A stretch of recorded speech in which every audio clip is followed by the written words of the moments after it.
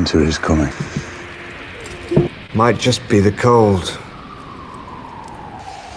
Winter is coming. It's cold outside. You don't know cold. Winter is coming for him. It's either me or this cold, and it doesn't appear to be going anywhere. And winter is coming! You look cold, boys. Tis a bit nippy. Winter is coming. Winter is coming. That's cold. Winter is coming. I'm cold. It's cold and it's wet. Winter is coming. You're crying because you're cold? You're a long way from home. And winter is coming. I imagine you might be rather cold. And winter is coming. No, that's all right, I'm fine. You're not. You're freezing.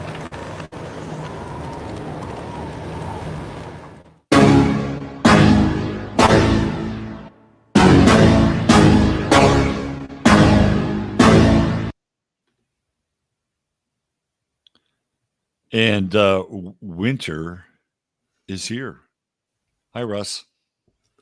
Hello, Robert. How are you today? I'm in my new digs. If you notice, new background. Yes, we're going to give people a brief tour of your new neighborhood here, and tell people a bit about it.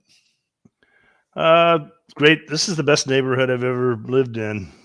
It's got a very clean. It's fairly wealthy up here, actually, wealthier than I thought it would be.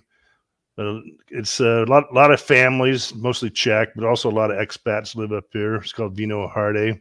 Mm-hmm. So I think what you're going to put up on the screen is the big landmark here, which is called Nemiski Miro, where I like to go sit in the evening. I like to go over there under the trees and hang out there. Yeah, let's see what we got here. I think this is it. There you go. Yeah, that's the metro stop where you pick up the 22 down if you want to go down to the Centrum. And Right. there's kind of like a couple restaurants back the other way. I'm not walking real great, so that's kind of convenient. And then Right. the other picture I sent you gives you a little better view of the Nemiski Miro Church. It was built in 1887.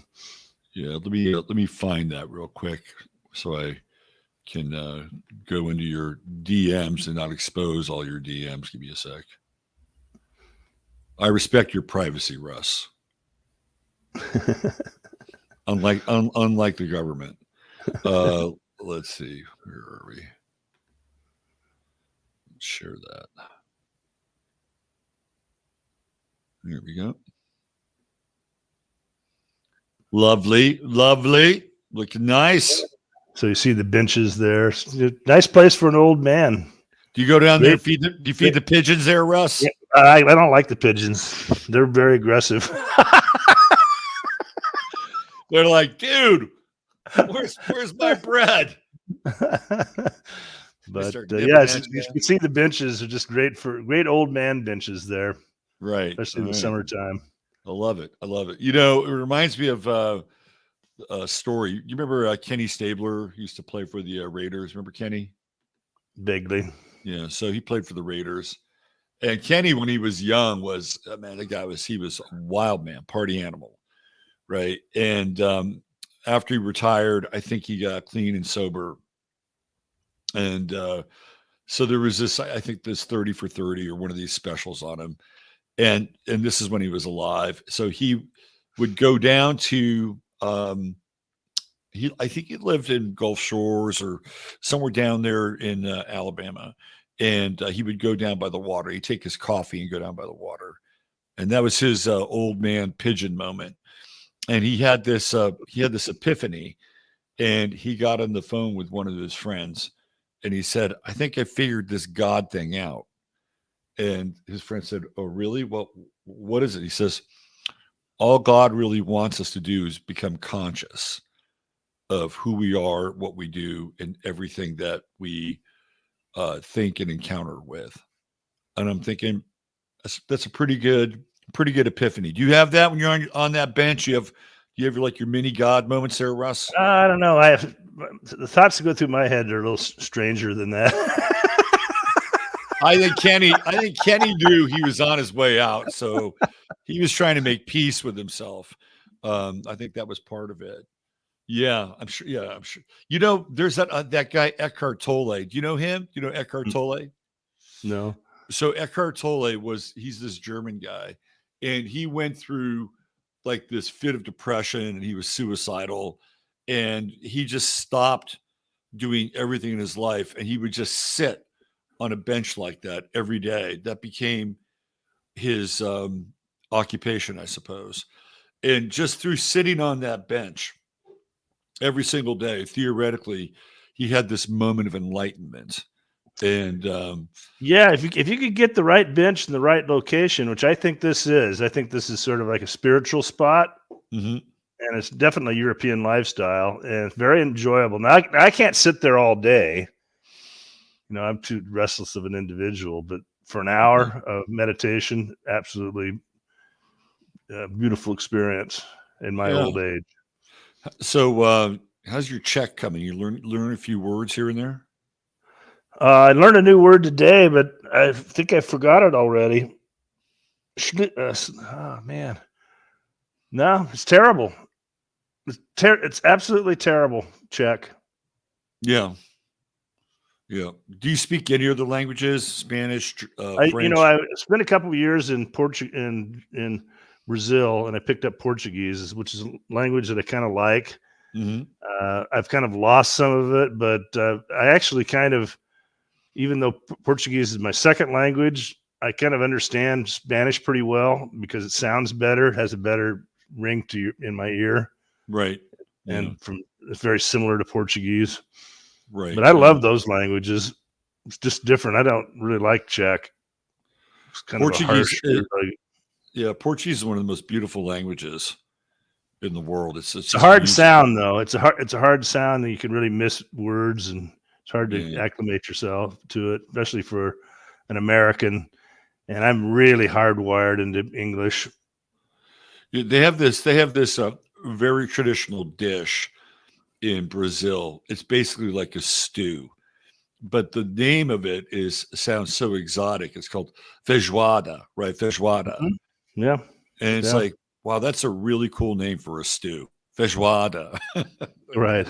Think about that. Acai, drink acai. Acai.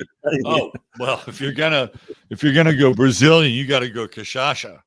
I remember the first time I had a caipirinha. How about caipirinha? Caipirinha. The first time I had a caipirinha was a life-changing experience, I have to say. It was like, how did I sleep on this for so long?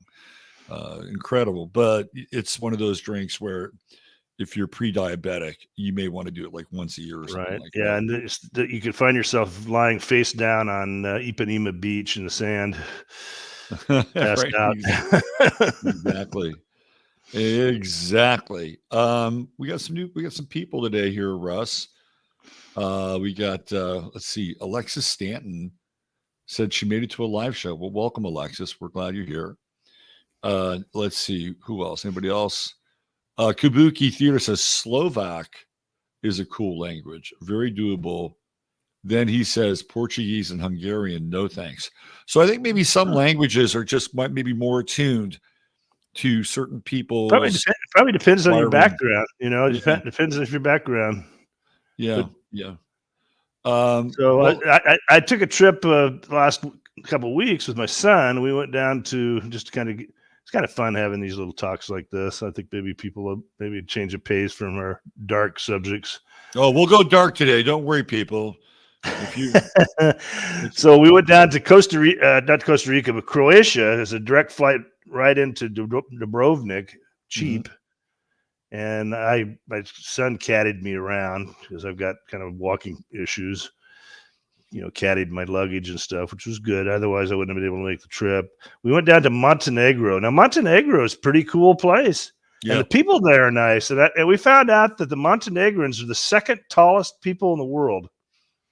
Yeah. And very noticeable. Yeah, and they're very noticeable. The men especially were, good sized men. They were all like 6'1", 6'2", You didn't really see super tall ones, and very, very nice people, and pretty cheap to travel there. A lot cheaper than Croatia is right now. Croatia is a little has a little better infrastructure. In places, Montenegro is a little strange. They have some funny roads. Right. Yeah. How's the food in Montenegro? What do they eat? The there? food in Montenegro is fabulous and inexpensive. If you like seafood, if you can handle mussels, if you can handle oysters, fish, things like that, that's the place to go. If you don't like those foods, then you're not going to like Montenegro. Right. So I'm good with that. I'm good with the La Mer, fruits de la Mer. We stopped off at Croatia at a little restaurant along the Adriatic and pulled in there, and they've just pulled some oysters right out of the sea and brought them to us.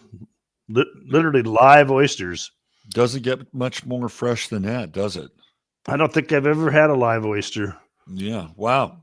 And there's a lot of energy exchange, and oysters are incredibly high in zinc, which is always good, and especially for us dudes. And so, how's your relationship with your son in the podcast? Is he digging the podcast these days? Yeah, he kind of he's a multitasker and has a hard time focusing very well. But I think I told you once that he really liked you. He thought you were good. Right. Right. Glad I can improve the relationship between a father and a son. I'm like Jim Biden to your Joe. No, I'm just kidding there. Did you ever hear my theory that I actually think Hunter Biden is Jim Biden's kid? No. Yeah, I have a theory that Jim Biden is actually Hunter Biden's father. Because when you look at Jim Biden and Hunter Biden together, they look much more alike than Hunter and Joe. It's like shocking. And when Hunter Biden was going through sort of that early trials and travails with all the stuff that was connected to the laptop, who did he reach out to? He reached out to Jim Biden. He didn't reach out to Joe. He reached out to Jim. And so my theory is that because there's all this kind of weird breeding that goes on between these people, right? Yeah. Yeah. And my theory is that when Joe Biden says that my son didn't do that, he's actually not lying. That's my theory. He's not lying. He's like, yeah, he's not my son. He's Jim's son. Anyway, a technicality. That's how those guys operate. And you have to wonder if they plan this shit in advance, right? Like, hey, we could do this, and therefore, if we have to, I'm trying to recall what Jim Biden looks like. I can't really recollect it. Well, we could do a Jim Biden, just for anybody that's wants to know what we're talking about. Yeah, let's do a Jim Biden drive-by here. You look at him; he just looks more like Hunter. It can't be anything like Justin Trudeau and Fidelito and Fidel Castro. Those guys that's your dead ringers. Fidelito, Castro, and Justin Trudeau. If anybody hasn't figured that one out yet. Yeah. Let me see if I can show the two of them together here. Okay, here's a really good picture of Jim Biden and Joe Biden without Hunter, but really pay attention to Jim Biden's face. Now you tell me which one of these guys looks more like Hunter Biden. Can you see that? No, not on the screen. Here.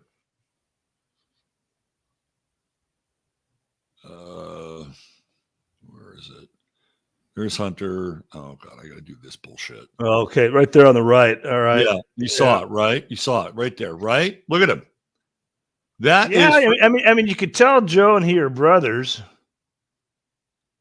This is Hunter Biden, right? This is sort of the genetic model, I think, for Hunter Biden. Same family, definitely. Same family. And here, when you see the two of them together, Not really. Not really. But you put Jim and Hunter together, and they're much more of a match. So who knows? Maybe there's some predestination that kind of, or not even just pre-planning that goes into these arrangements. So in a moment where Hunter Biden is kind of dark. Oh yeah, Kind of swarthy looking. He's kind of swarthy looking. He is swarthy. Yeah, he is. So I used to have a friend. Too bad we're not friends anymore. But she went to college with Hunter Biden at Georgetown, and let's just say his reputation was cultivated at Georgetown. He wasn't. He just didn't become an overnight sensation.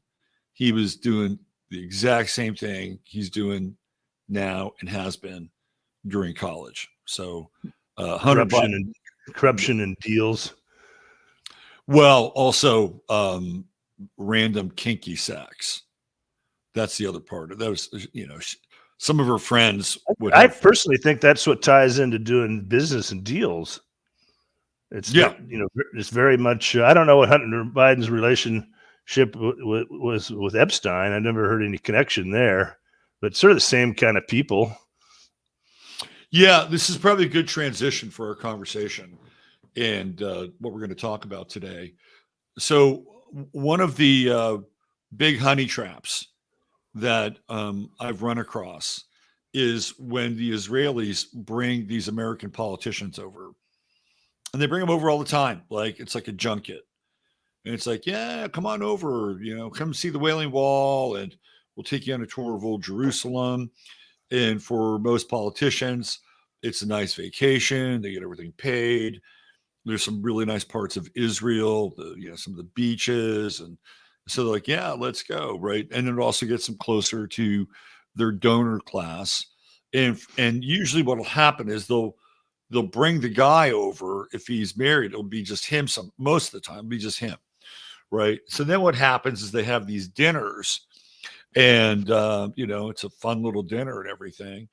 And then the next day, the guy wakes up and he's in a bedroom with a 12-year-old or a 13-year-old. Mm-hmm. And then they've got all these pictures on the guy. Right. And then that's it. Like, well, you had a really good time last night, even though he doesn't remember anything about it. And then that's the Franklin scandal that we've talked about. That's Jeffrey Epstein. That's what he was doing. Yeah.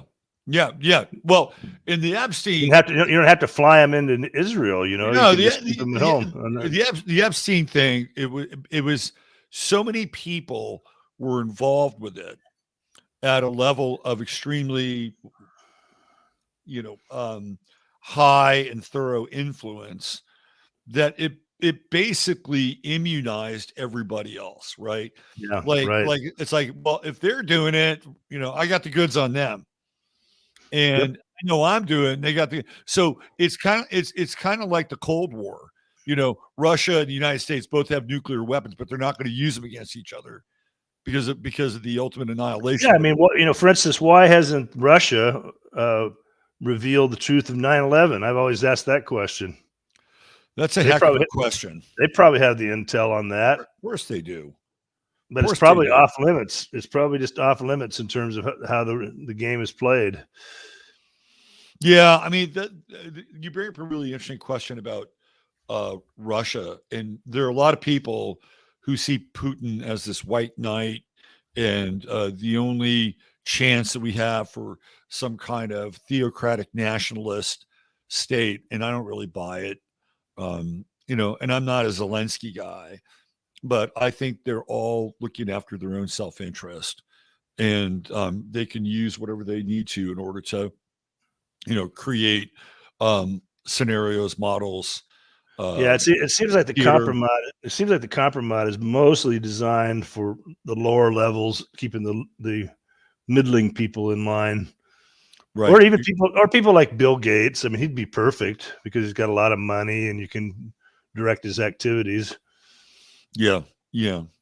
I ran across this interesting internet rumor that the original Bill and Melinda Gates were actually hanged in India for their immunization crimes, right? And so the people that are showing up as, and it's like we live Really in crazy such, theory. we live in such a strange world where you almost have to take these things into consideration now, and this is where we get into this whole idea of the simulation theory and what these intelligence agencies are engaged with and creating these false realities. Right.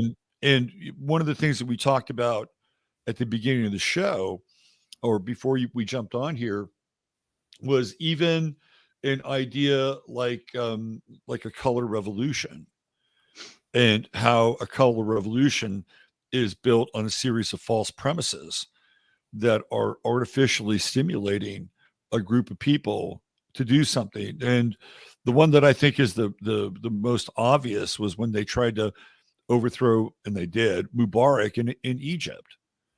Like, how did they do that? They raised the price of wheat. And wheat is a huge staple in the Egyptian diet, like a lot of bread. And all of a sudden there wasn't as much wheat around, and the people got hungry.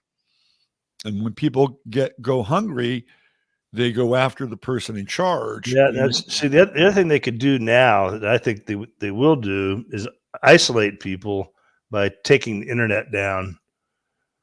That's going to drive a lot of people crazy, including me, because I'm really addicted to the internet. It absorbs a lot of my time. I think we all are. I spend a lot of time on the internet.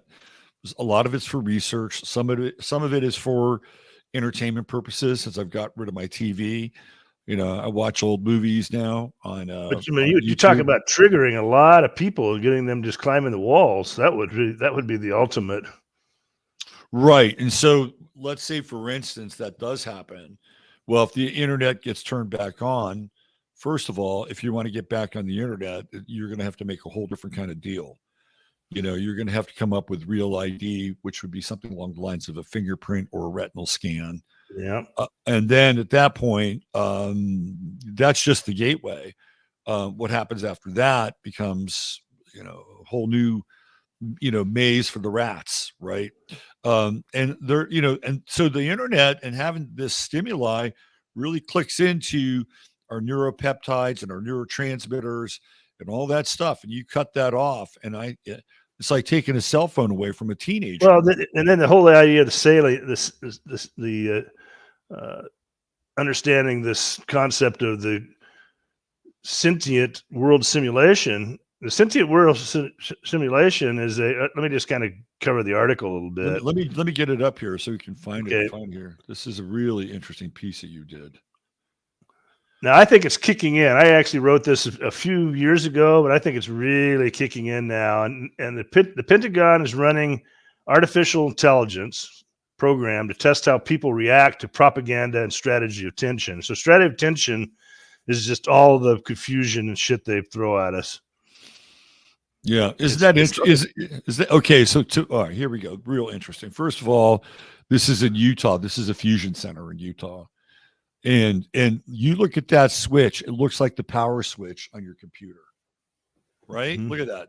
All right, let's keep going. Take it away, Russ. Now, this is kind of what, what's his face? The guy that went to Russia. God, Snowden. Snowden. I mean, this is what Snowden revealed. So this is not a conspiracy theory. This is what the NSA does. They collect massive amounts of data. Now, they kind of claim that it's the contents of private emails and cell phone calls and internet searches. And they kind of say, it's just so much information that what can we possibly do with it? Except for now they're bringing in this artificial intelligence to ramp it up to a level where you're literally an avatar. That's kind of how they describe it. So each individual listening to this, they have all the data on you. What your hobbies are, what your habits are, what you listen to, who you listen to. And it's just really like God tier technology. So if the user wants to bring about a certain event, he will already know how the masses or each individual will likely behave. It features an avatar for each person in the real world is based upon data collected about us from records of the internet. Now, That's what. Look at the companies that are making all the money and that are being ramped up in the latest bubble in the market. Isn't that interesting? Yeah. Artificial intelligence. They've created a massive stock market bubble. And so the people behind those companies, working for those companies are just cleaning up.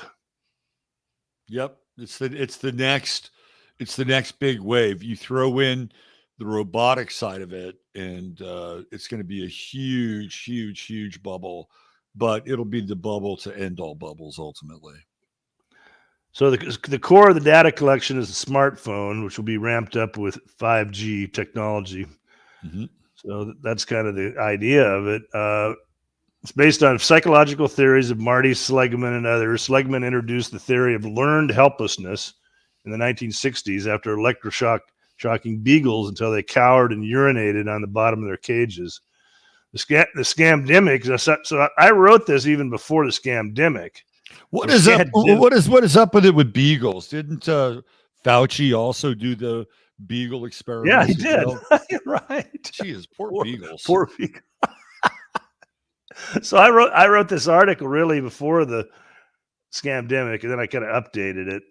So the scamdemic is right out of the learned helplessness playbook and applied on a massive scale at a global level. So it's interesting that they're developing this sentient technology, and then they roll out the scamdemic to just kind of get this helpless feeling in everybody's head, right? And the trauma of that, and then they take it all away, right? Remove it. Yeah. So now we're sitting here thinking everything is halfway back to normal, right? In terms of their personal lives, but it's not. But it's not. No, it's not. Yeah. So what is this about the synthetic mirror of the real world? Automated continuous calibration with respect to current real world information according to concept. That is a really kind of mind-blowing concept and idea, because people talk about this being a simulation of some kind of archonic projection, right? But this is really getting into the nuts and bolts of the simulation not being a projection from somewhere outside the pleroma, but actually taking place right here in laboratories and fusion centers across the planet. Yeah, and then applying the AI to each avatar and individualizing it on a mass scale. Tremendous power. Yeah. Let me read this paragraph here. Modeling and simulation quickly becomes out of sync with new events, the emergence of new forces, and newly proposed theories. The goal of the Sentient World Simulation, SWS, is to build a synthetic mirror of the real world with automated continuous calibration with respect to current real-world information, such as major events, opinion polls, demographic statistics, economic reports, and shifts in trends. The ability of a synthetic model of the real world to sense, adapt, and react to real events distinguishes SWS from the mirror world and are observed as much as they are observed in the real world. So what we're talking about here, it's such a fascinating concept, is that they actually have a model of the world that they have created through supercomputing, and every one of us as a straw man or an avatar is actually populating that world. Right. And they're running simulations in that world. That is absolutely mind-blowing. Yeah, they're doing small simulations. They're doing minor curveballs, minor psyops. I think a lot of the psyops that we've seen are just constant testing of the simulation to just kind of see how people act. Yeah, because how else can you explain it? And then at some point they do the traumatic ones. Right. Every now and then they'll lay down a big trauma bomb. SWS provides an environment for testing psychological operations, psyops. The paper reads, crime syndicate operatives can then develop and test multiple courses of action to anticipate and shape behaviors of adversaries, neutrals, and partners. SWS also replicates financial institutions, utilities, media outlets, and street corner shops. By applying theories of economics and human psychology, its developers believe they can predict and influence how individuals and mobs will respond to various stressors. So if you wanted to fuck with the simulation, just start reading a bunch of liberal, progressive, woke material, even though you can't stomach it. Donate to Black Lives Matter. That'll throw the whole simulation off. All right. So there you go. There's a whole list here of how they profile you and create your online profile. There it is. Yeah, the internet, obviously, websites, emails, social media activity, blogging activity, videos watched, uploaded online, photos viewed, mobile phone GPS location data. I mean, just a total spy network. Total spy network. Huge privacy. And there's digital footprints everywhere with all this stuff. Commuter toll records. Look at all. See, this. I see. One of the things I've kind of noticed lately is how much security there is on using your credit card. Yeah, I don't remember that before, but I've got this credit. Maybe it's just Europe. I don't know, but you have to have a SMS. You have to, when you use your credit card, do you have to respond to an SMS message on your cell phone? The answer to that is generally no, unless they think that it is a purchase that doesn't fit place or profile. Like it's a security measure. But I've had people, it's happened to my mother. She's had to go through that on more than one occasion. So I think maybe what they've done is they've realized that, my mother's in her 80s and that she's more susceptible to scams and hacking. So that's their fail safe. But again, they're probably using this, the simulation model and data gathering in order to make that kind of decision. Well, I mean, I'm buying some new slippers and some floor lamps and shit like that. I mean, I don't normally buy things online, and they make me go through a SMS code, and then you have to have what's called an ePIN. And so this morning I had to go down in my bank and go, what the hell is an ePIN? And I also, you know what else I think, Russ? I also think that's a EU thing. I think the EU is just going to get more and more and more draconian. I think that the noose is just going to get tighter and tighter on the EU. And I think that's part of it. Yeah, it's kind of a control on your activity to make you jump through extra hoops. Absolutely. But maybe you're right about the elderly. Well, I think that I think they'll use that as kind of a stoop to get to the next level of this thing. Yeah. They'll, it's like, well, we're just looking after people. We're just, wanting, but again, like, how does that happen? It happens because there's a group of people who are hackers and who go in and scam elderly people out of their money.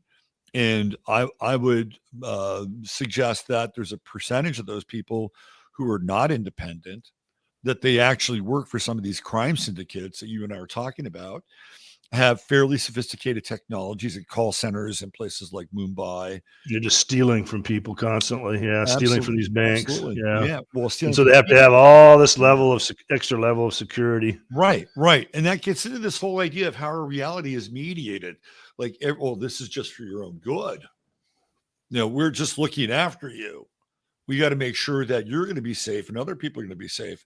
And where did we hear that? We heard that with COVID, like another version of a mediated reality. Mm-hmm.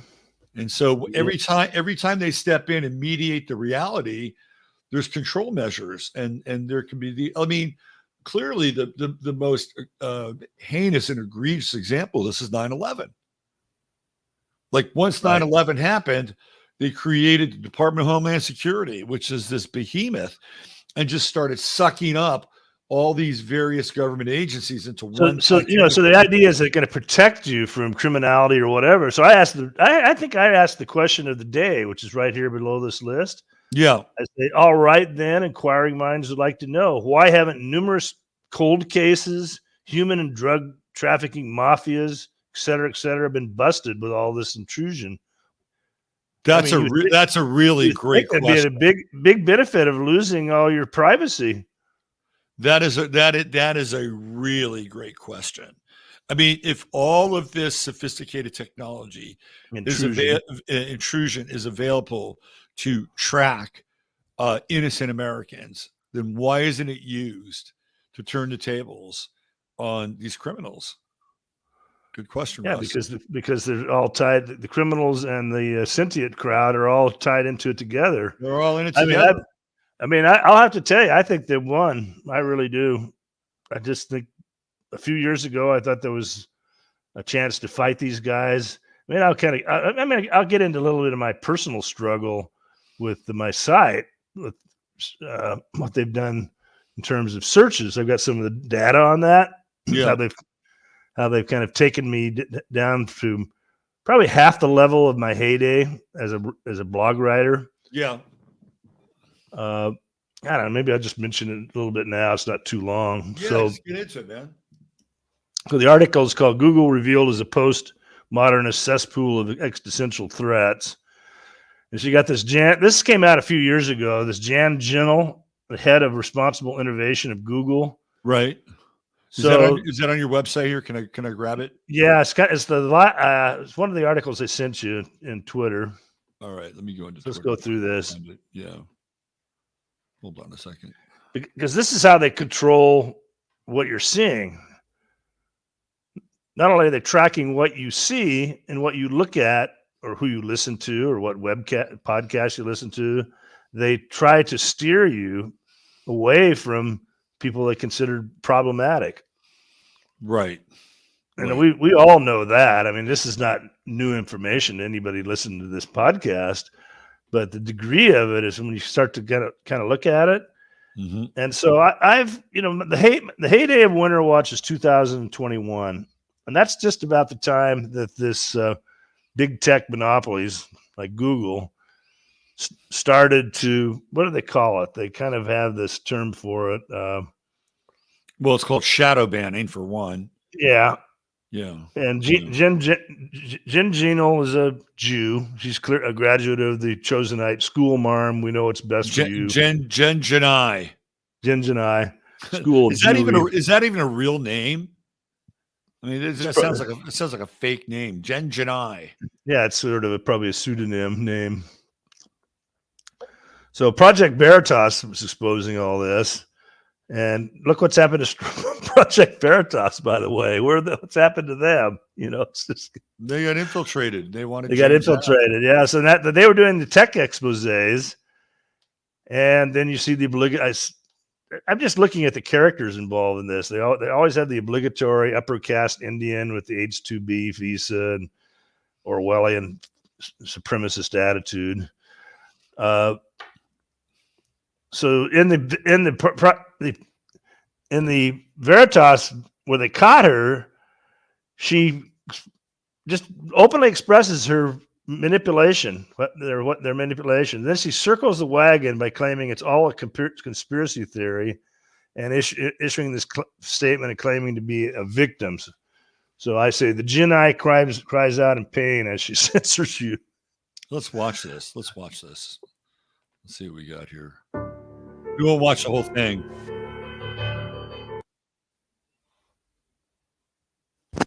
Power again. 2020 is certainly on top of now my old organization, Trust and Safety, is top of mind. They've been working on it since 2016 to make sure we're ready for 2020. This is the Goliath bread of David, trying to say that the emperor has no clothes. He got called in front of Congress multiple times.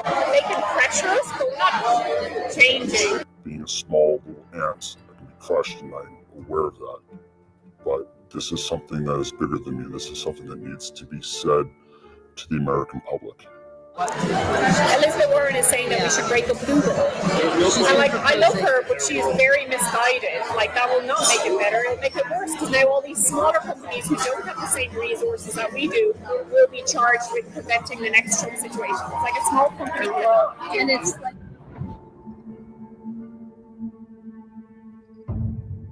So there you go. That's the intro. See, but the thing she does is really disingenuous because she makes it sound like it's just politics.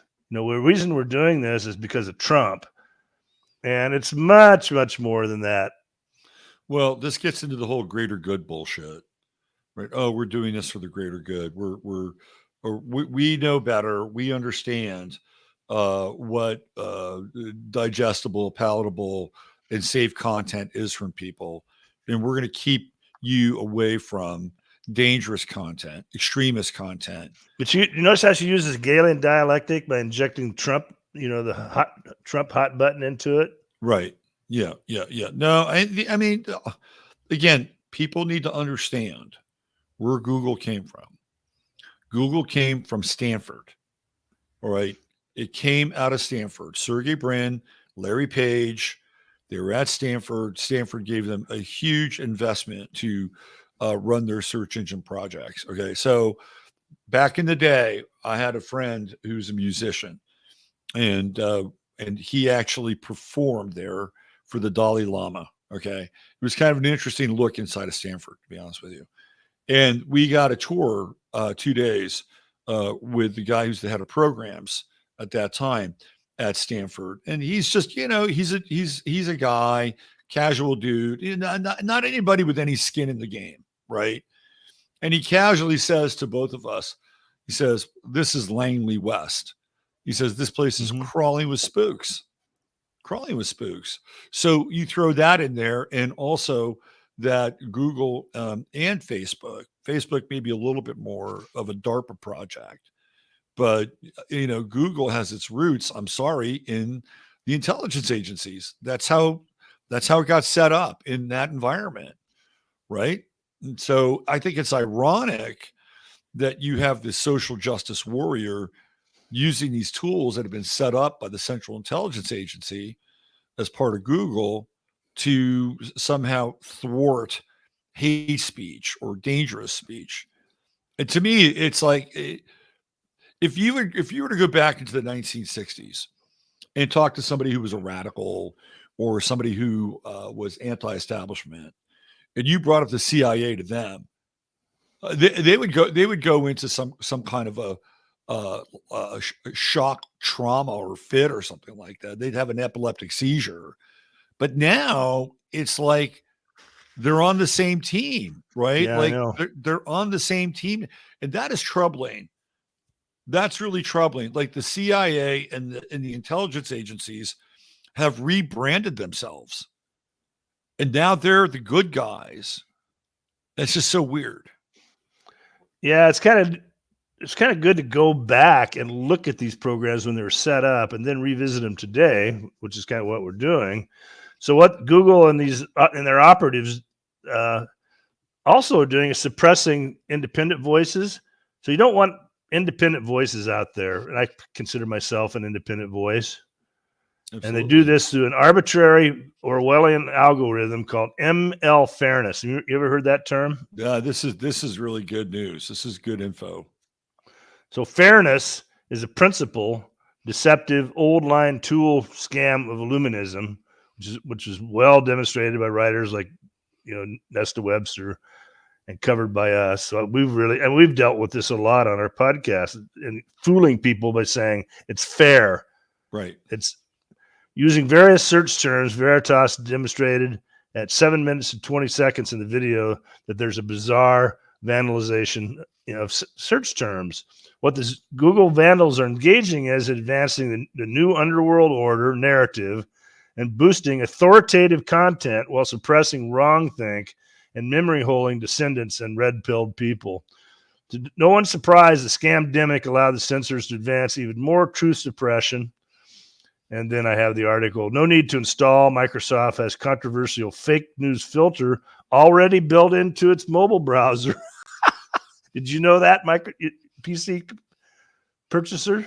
No, I'm not a PC guy, so that's news to me. Well, Apple probably has one too. I'm sure.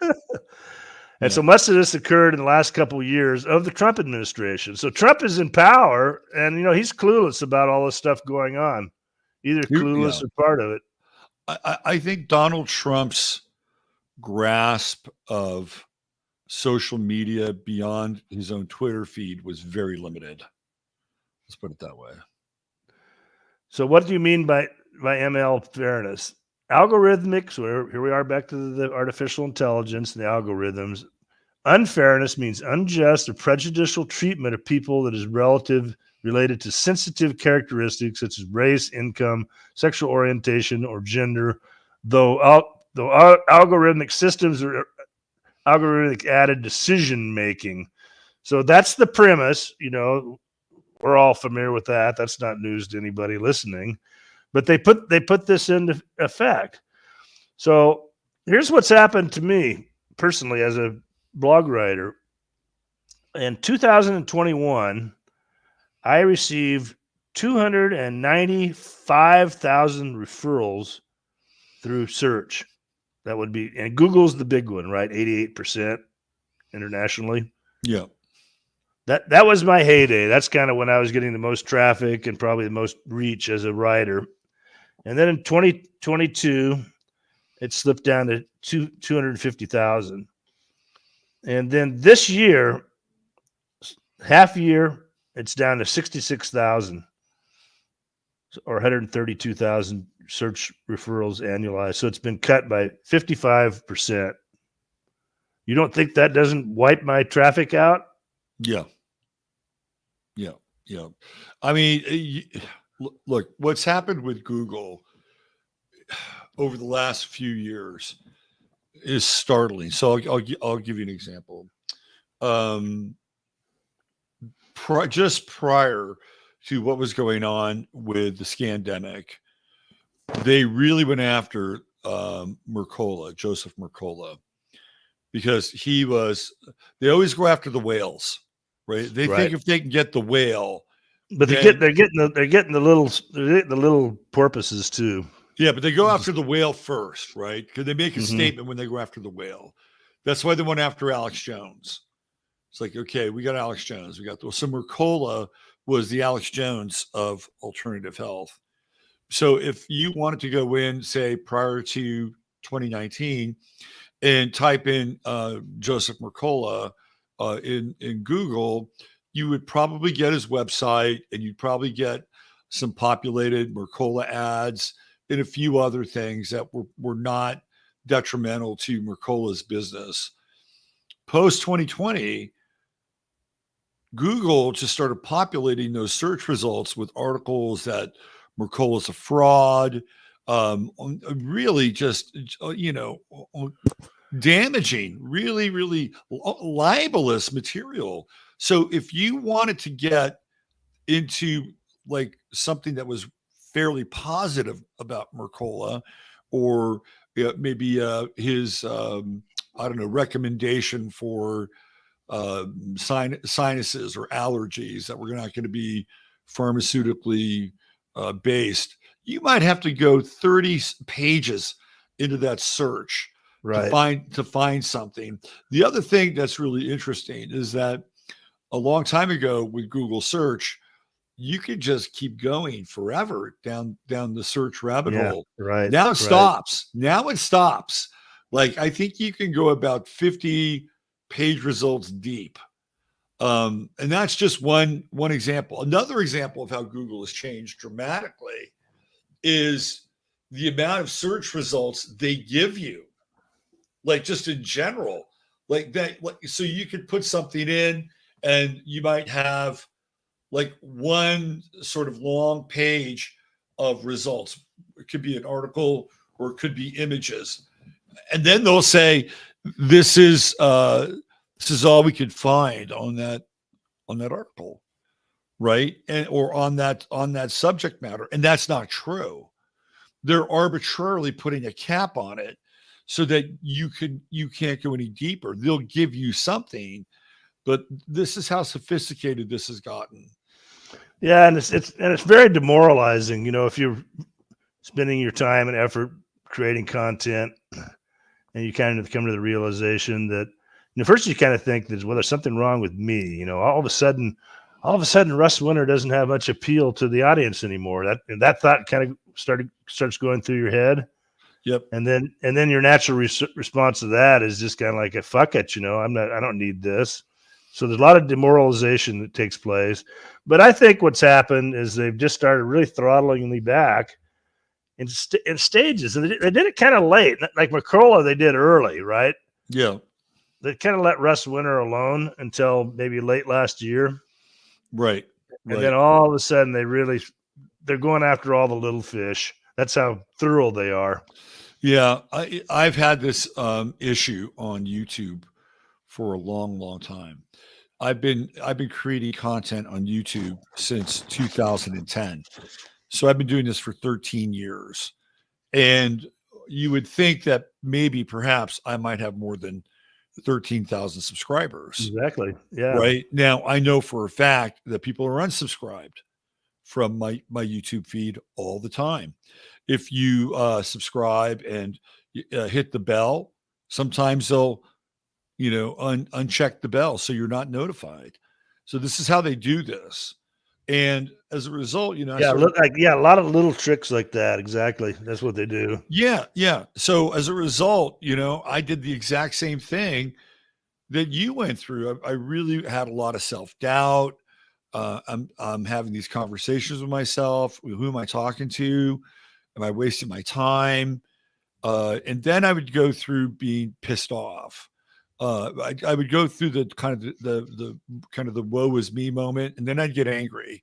And then I would look at other content creators who theoretically had more views or subscribers than I did. And then I'd get pissed off, and then I'd have kind of an animus towards other content creators and thinking, but it's a sort of order, and eventually they come around and get them too. Well, right? they're going through the same thing in their own way, and they may have legitimately more subscribers than I do, but they may have less subscribers than they should have as well. I mean, Twitter's a good example because Twitter is a fraud. Yeah.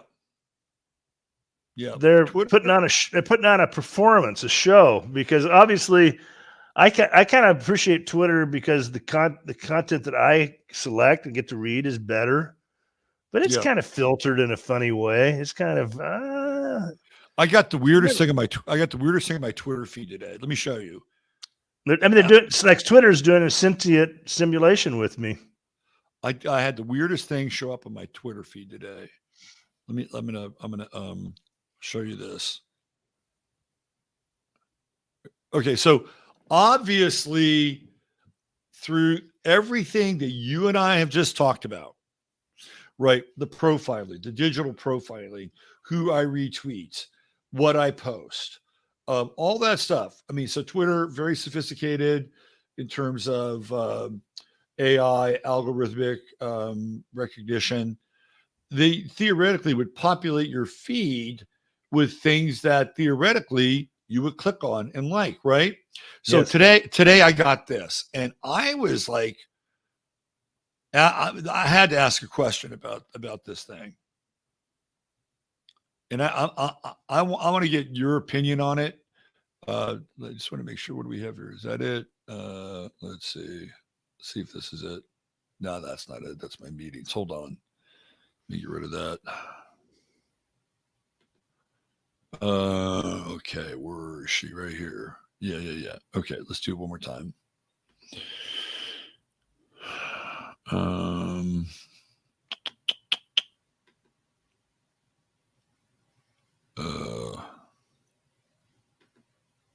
Here we go.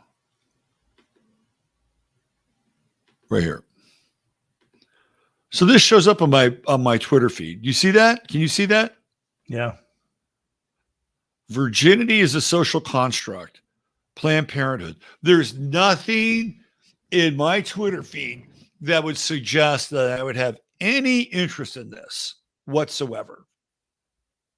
So I asked myself, well, is this really how fucked up the algorithms are on Twitter? And then I asked another question, like sneaky algo placement on my feed. Is Musk lighting a match? Okay, here's what it is. I think that the old Twitter was authoritarian and nasty. Everybody knows that. Now you got the new Twitter, and it kind of has been a breath of air in some sense, because all of a sudden it's become a more interesting place to be. I mean, you and I use it to communicate with each other. Yep. And this is a total gaslight moment, right? Here's the match. Go ahead, retweet it and flame on, right? Because for all intents and purposes, there's no way I should be getting this on my feed, but I think it's intentional. Yeah, I don't think. I mean, I get stuff that's just probably that I would have like minor disagreements with, and sometimes I think the material I see maybe is a little bit overtly racist, right? Yeah, and they've let a lot of that kind of stuff fly, right? And it's designed to sort of create a simulation, to sort of create a dialectic. So that's what Twitter is doing. They're doing it in a way that you kind of want to hang around because you're getting some benefits out of it, and some of the humor is pretty good. No question about it. It's a far better place than it was, but it's a little sketchy, a little dicey. I see what you mean. Well, I think that's intentional. I think that's Musk basically giving, so-called conservatives or people on the right. Yeah, trying to get cred with people like you. Not just cred. No, it's like, here's the kindling, here's the lighter fluid, and here's the match. Yeah. Go ahead, set it on fire. I got you. That's what I think is happening. So that in of itself is, slightly manipulative as well, right? They want me to take that bait and go, why the fuck is this on my tweet? He's goddamn. But on the other hand, I put up, I've just kind of given up at putting my articles up anymore, my posts, because the traffic is like 20, 30. Right. Yeah. It's like the same small little group of people. They're going to let me be part of their. Well, I'll tell you, Russ, you never know, because sometimes you could put something up and you think, viral, okay, it's going to be the same 20 people that respond to it, and then it goes viral.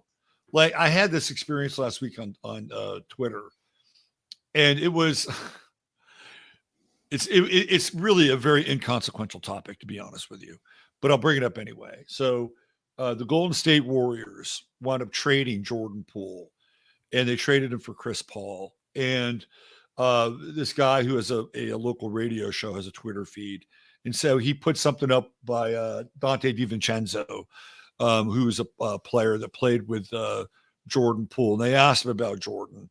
And he said, I'll ride with Jordan till the wheels fall off. And Jordan became a very polarizing figure for the fan base. And so what I did is I basically said it was the core three, Steph, Dre, and Clay, and they're all millennials. And then there were all these other guys, and all the other guys were Gen Z. And then I said, and Kevon Looney was Switzerland because he was impartial. And Andrew Wiggins is Antarctica because he was gone for most of the season. That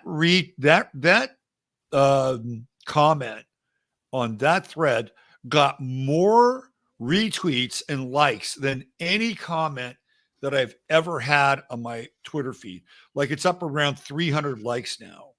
And so you never know, right? You just never know when, something catches fire. And that's why I like to be on Twitter, because also news breaks very quickly on Twitter.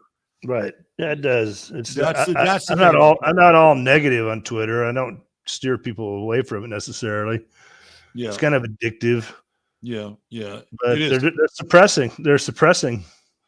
Yeah, clearly. And, if I was Trump, I'd get my ass back on Twitter ASAP, right? As soon as his contract with True Social is up, like, he needs to just get back on Twitter, whether you like Trump or not, or support Trump or not. That was when he was at the height of his influence and powers, when he had that Twitter stream. So whether or not he'll do that, I don't know, because he was the king of Twitter for a couple of years, man. It was like, because he was getting traction from people that loved him and hated him. I mean, that was huge. And I don't think he cared either way. To kind of regress a minute, have you kind of been following this Colonel McGregor? Does that ring a bell to you? A little bit. Yeah. Uh-huh. Yeah. What's your take? Oh, amazing truth teller. Why don't you fill people in on it? I'm trying to remember his first name. Colonel McGregor. I forget his first name. He's a retired colonel, super smart. I mean, super brilliant on geopolitics. And he was on with Trump's son. Eric, is that his name? Yeah, Eric. Or Donald Trump Jr. The main son, Donald Trump Jr. Yeah. He's on. He did a 2-hour with Value Entertainment today. I would highly recommend that one to people. And if you really want to get a true picture of what's going on in the Ukraine with Russia, what's really going on in the world, this guy's got it nailed. And I can't believe. I know he's being criticized, but I can't believe they're letting him loose. Well, maybe they're letting him loose because he's there to fulfill some sort of role or function. I'm just, I've gotten to this point where I'm just so leery of anybody who's given a public forum. But that's not to say that he doesn't have some good things to say. But no, here he is. Here you go. This might blow your narrative a little bit, Russ. I've listened to a lot of them. I'm always here. I've become a fan. I'm always here to set the record straight. To pour a little dark rain on a sunny day. Okay, what do you got? Go. There's your McGregor right there.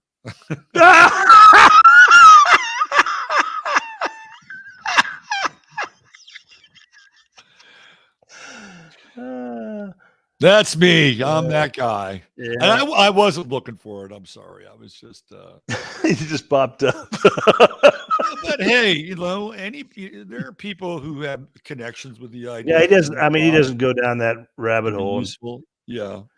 He doesn't really go down that rabbit. I wouldn't consider him a Zionist at all. And he was very critical of the Middle East wars. Thought they were just money-making operations. He thinks all this stuff is money-making operations. So he's kind of the school of wars business school. The Smedley Butler Wars of Iraq. Yeah, he's a lot like that. Yeah, it is. He's a modern day Smedley Butler. Yeah, total. This gets back to this whole idea of the mediated reality. This is how wars happen. They portray people in ways that aren't exactly true, right? They create grudges. They create like a border enmity between people. They play on all that stuff. The whole surveillance apparatus is really created to create a false reality. I mean, look at here in this country and the divide and conquer that they've been good at. It's a simulation to push people's buttons, right? And in a very tricky way. I mean, you can be totally aware of the sentient simulation. I mean, you can listen to us talking about it. You can read into it. You can have a grasp of it. But when they pull the magic on you, it works. I love this comment that Katie from chat brought up, and I have a response to that. Why don't they just VR themselves a world where they can control, leave us the hell alone? Because the control part is part of their world, right? Yes. Yeah, and that's why they don't do that. They can't exist without our participation. I'd say 10 years ago, I came up with this idea of how to stop everything in this world, and it was the simplest idea, and most people would not be able to wrap their head around it. And it was, all we really need is about 30% of the population here in this country, maybe worldwide, in areas that would make a difference. You get 30% of the population to do nothing for about 2 months. That's it, right? Do nothing for 2 months. Stock up on your food. Don't go to work. Don't send your kids to school, right? Basically, just do nothing for 2 months. And let's see how fast they would have come around. So, oh, what's wrong? What are you doing? Why are you doing this? Right? Oh, well, we're doing it because you're making our lives a living hell. And we're just tired of it. Well, how can we change that? Right? They can't do that now, though, because that's exactly what they want. They want us to just do nothing and then get universal basic income from it. So non-participation in the simulation would have been the best thing for all of us, but most people wouldn't be able to wrap their heads around it. Well, they switched the internet off, then the participation will drop to a minimum. Well, Virginia Jarrett said we just did that for 2 years, but you did it for 2 years in a simulation, right? They simulated in an environment where they controlled you. Yeah, controlled simulation. That wasn't of your own volition. Yeah. Right. Now, the first 2 weeks of COVID, I thought were really interesting. They were really interesting. People were like, fuck yeah, I like being at home. I like being with my kids. I like day drinking while I'm working. Right. I mean, that's where they were all at. And after those 2 weeks, it started to get, it was like rotting fish after that. But I think people got a taste. They got a little bit of a taste of what it was like to live a life that was perhaps a little more sane, where they didn't have to commute 50 miles each way, sometimes through horrendous traffic. It's too bad that, unfortunately, it became weaponized. And, that kind of little moment of reconnecting with your family became a prison sentence for a lot of people. So let's switch gears to this other article. Okay. WhatsApp security breach. Actually, the title of this is not so great. I mean, it's a good story, but there's a bigger story here about this artificial intelligence. Okay. I think it's the last article I sent you. I think it's right here on your. This will tie a lot of this stuff together about who's doing this stuff. Yeah, give me 1 sec. Let me find this thing. I just saw it. Let me go back into your feed. And then I gave you a video of Netanyahu making a speech in Tel Aviv about the cyber industry. Gave you a few start points and stop points. We should just listen to him for 5 or 6 minutes. But so there was a cyber tech conference in 2019, which freely boasted that Israel's NSA, called Unit 8200, is the second largest in the world and the second eye of the Five Eyes. So you can hear Netanyahu actually say that. Hold on, Russ. I'm trying to nail this thing down. Let's see. Hold on. What do we got here? World simulation. Pre-crime. The last one. Is it the pre-crime one? No, it's the last one. The last one I have is ML fairness. So maybe put it on the other feed there. Give me 1 sec. Yeah, so it's on our personal feed. It's not on the one that was shared. So I have it here. Give me 1 sec. Here we go. All right, let's do a share here. So let's go over this because there's some admissions made here in the speech that are pretty astonishing. And Netanyahu went on to explain that all the major IT companies have research centers in Israel. This includes all the heavy-handed social media censorship venues. And then he describes why this is happening, namely because that Israel has a defense industry, specifically military intelligence, that used to leverage these IT industries. Accordingly, Israel is now number 2 in the cybersecurity industry, which is de facto intel operation that's publicly funded and privately operated. So they kind of do the lap over of using government funds and probably grifted funds that they get from around the world to flow into this project to essentially privatize it, give it to private actors. All right, here we go. Information-based companies, no energy left. All of these new companies, all of them, top 10 companies, have major research centers in Israel. Not research centers, major research centers in Israel. These are some of the 300 that do. And for some of them, these research centers are the most advanced that they have outside their home country. Now, why is that happening? It's happening because Israel invests leads the world in investment in R&D as a percentage of GDP. It happens because we have more personnel, highest percentage of R&D personnel per 1,000 employees by far. It happens because, sorry, it happens because we have a defense industry that we use to leverage to a civilian industry. Now, this has come into being into many industries have developed from this, but essentially what you're seeing here, this revolution that you're seeing from 2007 to 2017 is a revolution that is changing our world both economically and in terms of security. I think it'll also change our politics. And what it is basically the meeting ground between big data, IT, and connectivity. Everything is being driven from this nexus. Everything. Spying. For example, new industries are being formed. What's the first new industry that's being formed? It's right here in this room. It's the cybersecurity industry. Big data, AI, connectivity. Okay, there are many other industries that are being formed. All you have to do with these guys is invert their terminology. Cybersecurity is really cyber insecurity. Social media is unsocial media, right? This is just an inversion game. Invert what they're talking about, and you know exactly what they're up to.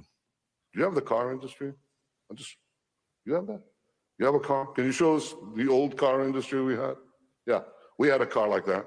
Okay, that's gone. Now we have Waze, we have Google. Waze, we have Mobileye, we have 500 companies, most of them started in the last 5 years, a new industry that deals with cars. Cars are becoming a computer on wheels, basically. And a computer on wheels, that's a new car industry, so we're in it. Big data, connectivity, artificial intelligence. Let's go back to cyber. That's the first industry because everybody else needs it. And here's what's happening to the Israeli cyber industry. Is growing, obviously, in sales. It's growing in terms of market share. In 2014, we were 10% of the market share of the global private investment in cybersecurity. By 2017, it's doubled. That's a very quick doubling. And it is now second to the United States. That tall tower there is the United States. The United States is bigger than Israel. But it ain't that much bigger than Israel. And who owns the companies in the United States? Israel is 1/10 of 1% of the world's population. And we are receiving 20% of the global share in private cybersecurity investments. That's 200 times our weight in the world. What this revolution is doing, big data, AI, and connectivity, is allowing small countries to be big countries. It depends if you have the brains and the system to create conceptual products at an accelerated rate, conceptual products that are at the cutting edge and give you a competitive advantage. So on one level, he's not wrong about that. No. He's not wrong that so I'll give you an example. If I was a country in Africa, let's say I was, I don't know, Nigeria or Uganda or something like that, Congo. One of the things that I would do is I would pool all my resources and I would heavily invest in technological development, including the mining of cryptocurrencies and anything else that I could leverage that was outside of whatever natural resources that are currently owned by the World Bank and the IMF, International Monetary Fund, right? That's what I would do. So he's not wrong. The false premise that Netanyahu is presenting here is that they're just like any other small country, and they're not, right? This is a country that gets billions of dollars a year from the United States that supposedly goes there for loans, right? Those are all considered loans. I have never seen on any document any of those loans ever repaid, right? So they're getting huge amounts of money, essentially tax-free, to invest in these projects. Not only that, but you have somebody like Paul Singer. You know Paul Singer? Right. Yeah. Paul Singer. They just send money to Israel all the time. They just fund them. Paul Singer is right in the wheelhouse of this stuff. And Paul Singer is a vulture capitalist. Elliott Management, he went in, he completely destroyed Cabela's, completely destroyed the company town that Cabela's was a part of, by buying Bass Pro Shops and threatening to have a hostile takeover, right? So this guy, what he does is he actually has, let me show you a Paul Singer page. I don't know if it's there or not. Let me just bring it up. But Paul Singer has actually set up like a foundation and gets tax-free dollars to develop a lot of these projects that Benjamin Netanyahu is actually talking about. And what they do is they have their own like super soldier program, but it's not like walking through walls and, men who stare at goats. It's these guys who are super nerdy, borderline on the spectrum. Yeah, it's called Unit 8200. Unit 8200 is the feeder for these projects and these companies. Yeah. So Paul Singer is up to his third eye in Unit 8200.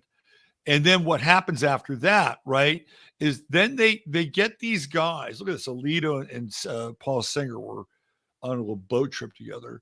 What happens is that they will get these guys trained up, not only through the most sophisticated means that the IDF can provide, then they move them into private industry inside the United States. They will get them into places like Lucent or Verizon. Right. Yeah, right? that's what Whitney Webb wrote about. She picked up on that. Right. So and by the way, what happened to Whitney Webb? She doesn't seem to be anywhere anymore. Yeah, I don't know, she's a mom. I don't know. Maybe she's having a new kid or something. But this is what they do. They train these guys over there.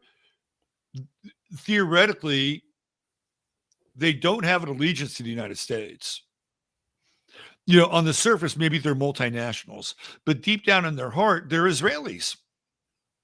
So who are they going to favor? I would put it even a little differently. They're even not necessarily just totally Israelis. They're just partners in the crime syndicate.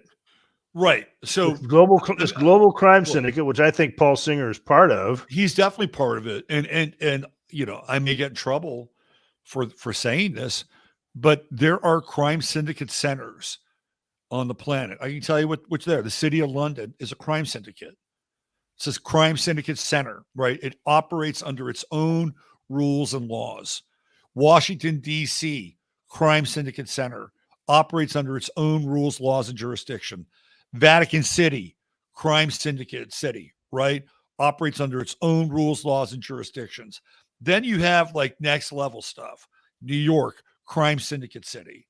Frankfurt, crime syndicate city. Tel Aviv, crime syndicate city. Right. And that's just the kind of the top, right? These are centers that are devoted to various. Washington, D.C., clearly defense. And that's a big part of the crimes. And that's exactly what we're dealing with here. And there are people who believe that that's one of the reasons why this whole nation state of Israel was created, so they could have a base of operations outside of Germany or Poland or wherever they were living at the time, right? And I think that there are some people who clearly believe that the right of return is a good thing and we have to go back to the whole thing, whatever. I'm sure that some people really, bleed that kind of powder blue. But really what's going on there is it's the center of everything now, including things like surveillance and things like the Mossad that are connected to surveillance, and these and the Mossad and the CIA, they're all linked at the hip. Like they're all one network now. They're all one network, and this is what we're doing. And I think we have to presume this is part of the control that we were speaking of earlier. The different censorship, the different tracking of people, the sentient simulation. It's all kind of tied together. It is tied together, right? And then then this article goes into this story. I know you want to listen to the rest of Netanyahu, or that's probably enough. I got one more point to make, and we can go back and listen to Netanyahu. I started to get into this back in the 2010s.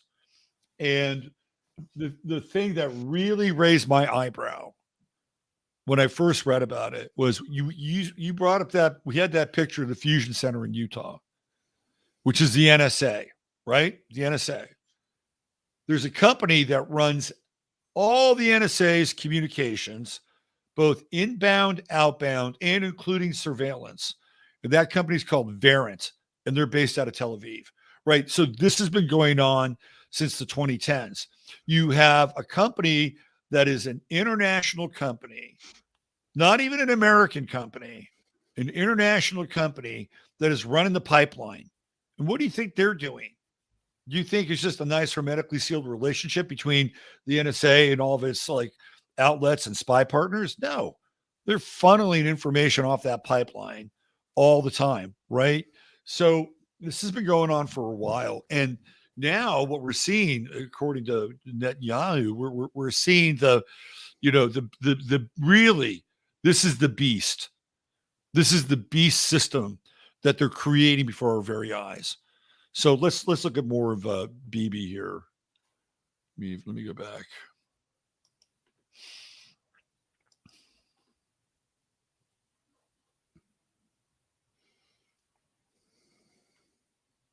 By the way, I can only listen to him for a certain period of time. Here we go. Here he goes. Hold on a second. I just had it. Where'd it go? Hold on. Shit. I just had it. Here it is. Hold on. He's going to talk about Unit 8200. Yeah. It's right here. Oh, he's really proud of that. Put sort of the public-private partnership that they formed. Yep. Well, I'll give you a hint. Oh, here we go. Hold on. CIA, NSA, that's the first time I heard NSA, the words. And of course, what it was a government intelligence investment smack in the center of academia, which produced Route 128, which produced Route 495. And the same thing happened in Stanford, exactly the same thing. Just what you mentioned earlier. Yeah. So my idea is, why don't we do that here? After all, our NSA, which is called Unit 8200, it's pretty big. How big do you think it is?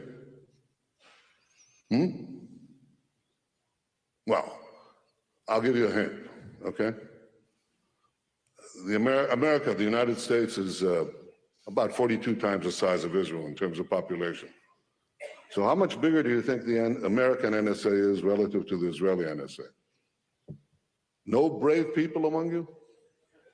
42 times? 40 times? Nah, come on. It's not 5 times, but it's not 10 times bigger. It's not even 10 times bigger. You know the 5 eyes? Israel is the 6th eye? No, Israel is the 2nd eye. So we have a tremendous sunk investment, whether we like it or not. To survive, Israel is not that big a country, but it has to have a very big defense capability. So to survive, we need a very big head. And this head, we invest in. We take our brightest people and put them in. We look at the entire population. We go into the high schools. We're going to go into kindergartens very soon. Okay? So we need the smartest people. Okay, that's a really interesting statement. And I don't think he's lying, by the way.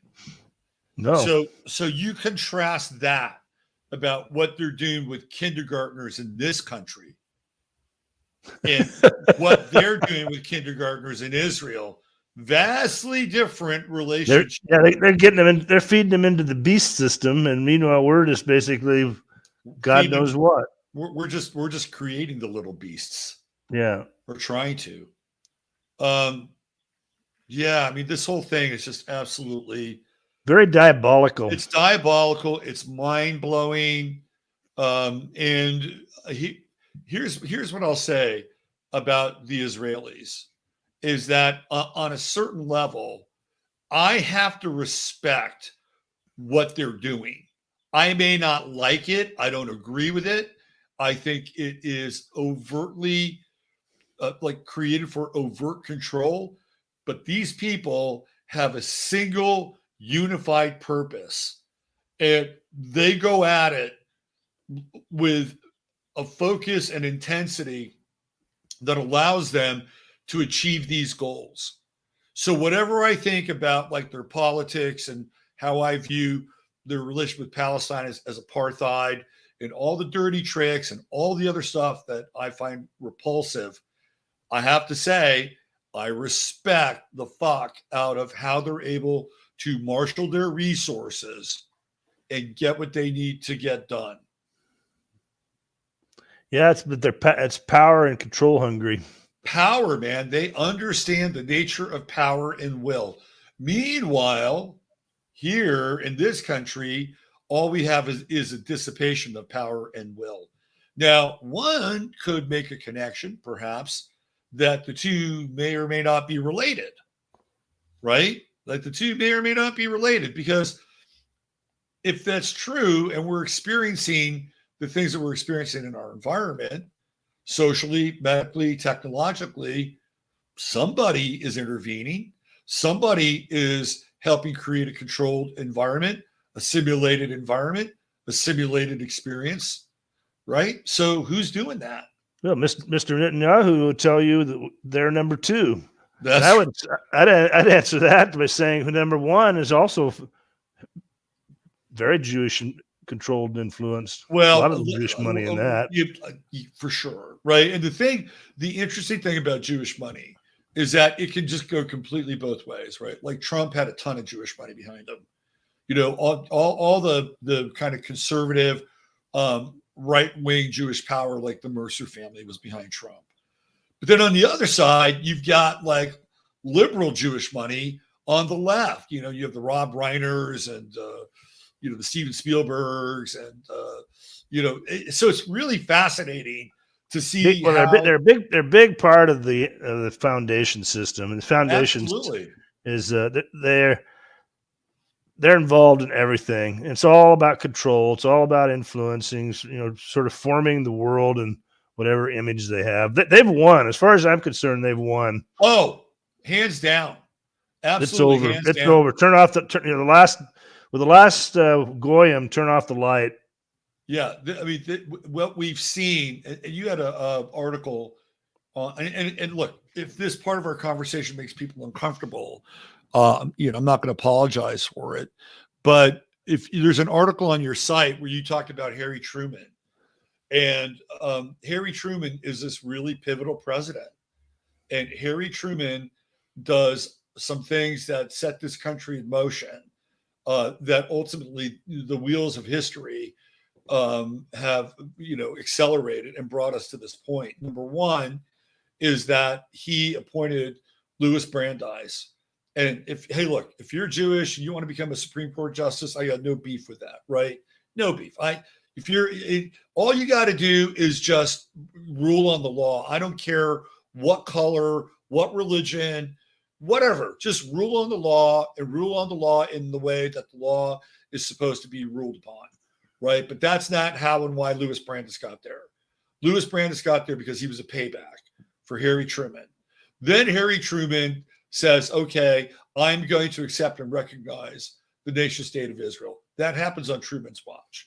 Then Harry Truman gets us into the UN, right? So Harry Truman sets us on this path of these forces that are kind of, rapidly marching forward in history towards a form of globalist control, where one group and one center plays a key role in that globalist control. You can say now that Tel Aviv is the eyes of the world, right? It is the all-seeing eye at the top of the pyramid. Who's this? Hold on, that's my mother. Anyway, so he goes down that path, right? And now, what's interesting is that you have Eisenhower come in, and Eisenhower has kind of a wake up and smell the napalm moment, and he's like, "Man, this military-industrial complex thing it's going to get out of control. This is the thing that we have to watch out for." And he, that's his sort of exit speech and exit strategy. And then Kennedy comes in, and Kennedy does not want to recognize Israel. He and David Ben-Gurion hate each other's guts. Israel is developing their nuclear plant at Dimona. Kennedy does not want to supply any of the rods or anything that they need. He is not into it, right? He's not down with allowing this country to accrue like superpower, even though his father made a deal with Meyer Lansky and the Jewish mafia. They turn on him, right? So what happens to Kennedy? He's gone. He's done. Like 1963. Yeah, and in the Truman thing, the people that were the whole thing about endorsing Israel as a nation was highly controversial. There were factors within the U.S. government. See, people don't realize this. There's Forrestal, who just happened James to get Forrestal. and he just so happened to get thrown out of a window in Bethesda Naval Hospital. Killed him, assassinated him. There was probably Patton. Was problematic. He would have gone home and been very problematic. Yeah, just read his letters. Read his letters from Berlin. There was Marshall. Marshall just sort of washed his hand from it and resigned. And so one by one, the major implements to the whole Israeli statehood was removed, and then Truman was threatened. He was actually physically threatened. And I think he had some serious doubts, but finally he rolled over, which was what the whole article was about. Well, he was really tight with the haberdasher community. Like, that's what he was. I mean, Truman was a haberdasher. And he was also evangelical.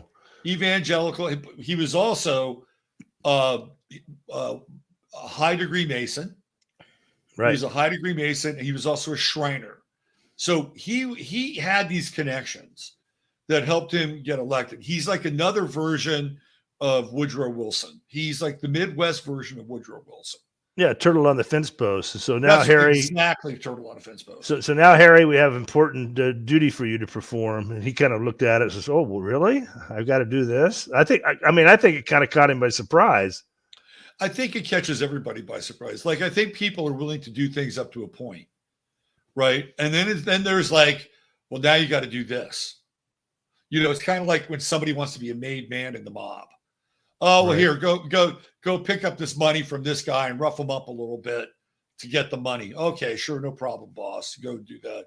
Oh, go over here and go drop this bag of drugs off at this guy's place and pick up the money from him. Okay, no problem, boss.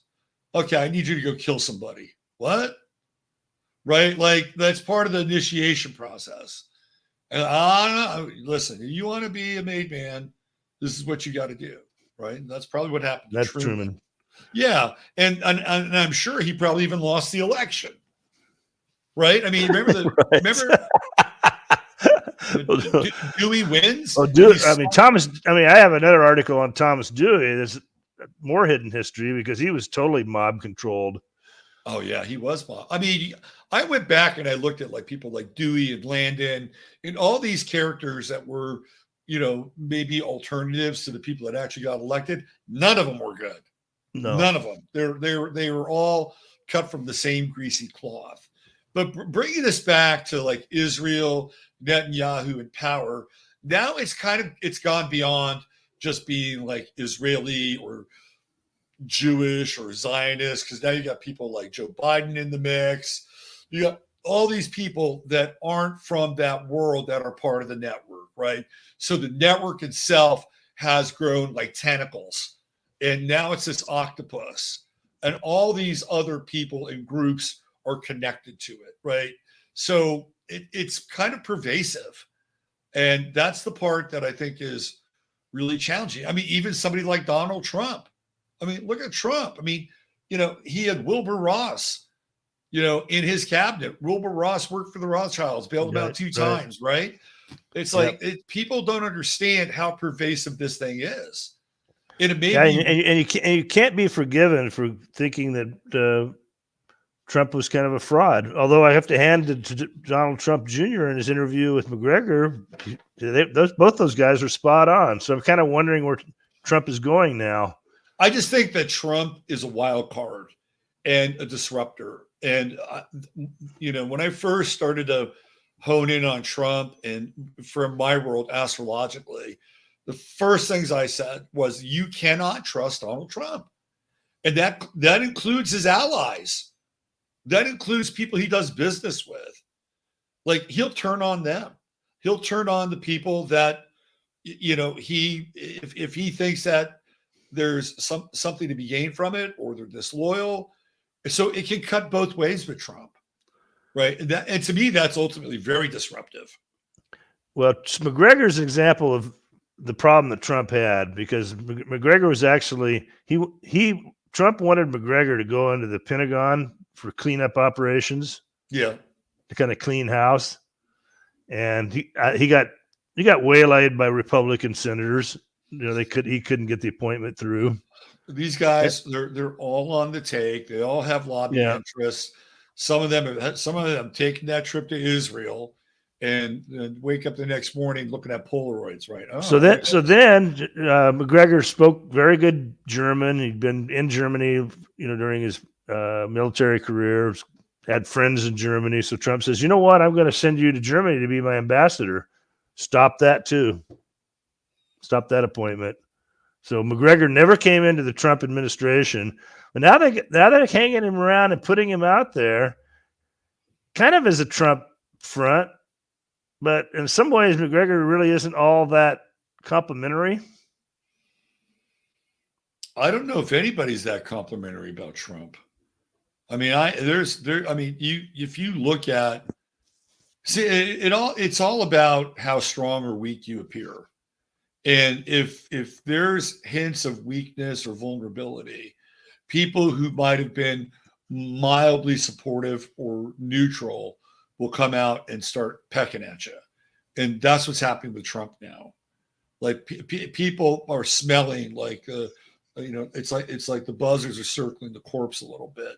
But the thing about Trump, that they don't fear Trump, they fear the people that are loyal to Trump and what Trump represents to American people. That's who they really fear. And that's why they want Trump out, right? Because they could just say, okay, well, we'll put Ron DeSantis in and he can manage the herd a lot better than Trump can.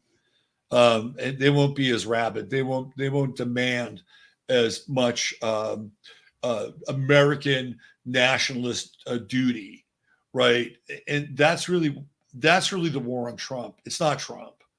It's the war on the people, and most people understand that and know that. Okay, so let's maybe finish up this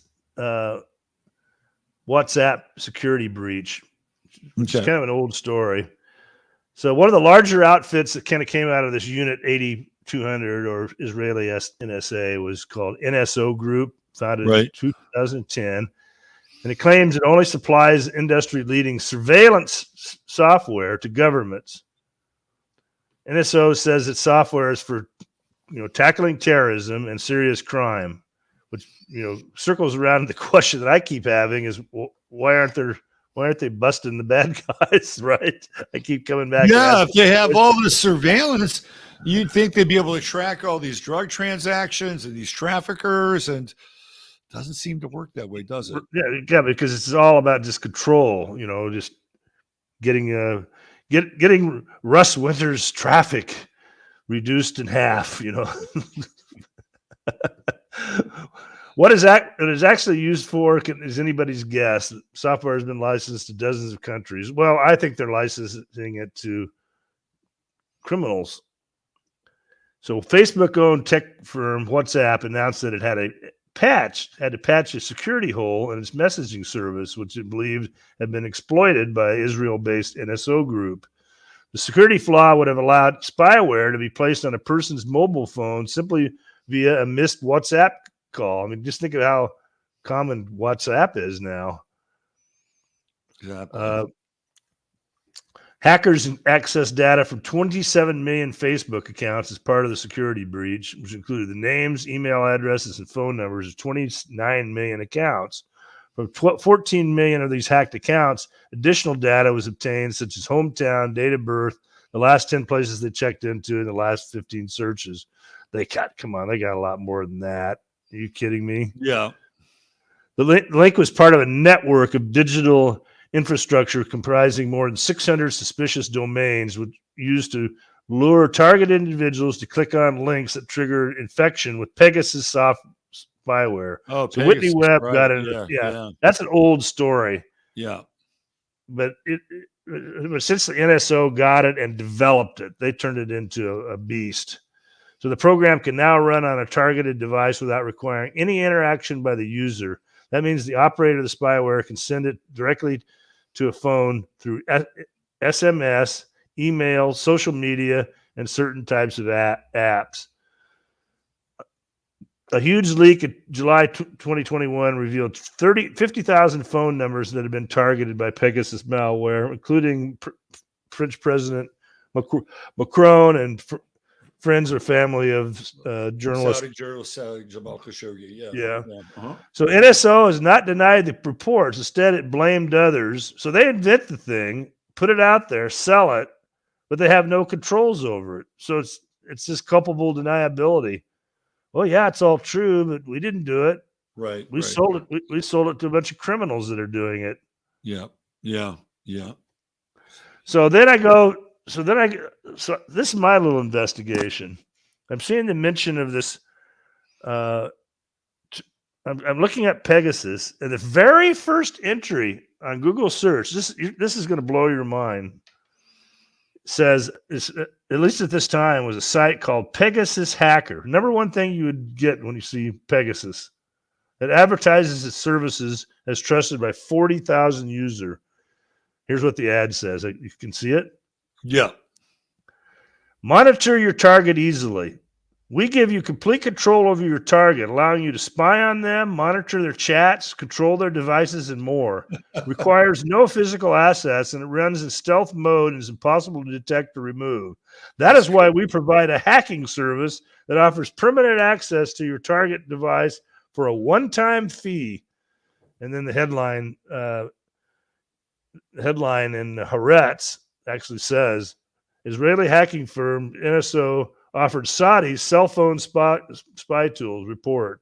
Haaretz says talks for a $55 million deal were held before Crown Prince began a crackdown on rivals. So they sold it to the Saudis so they could do, take care of their political opponents.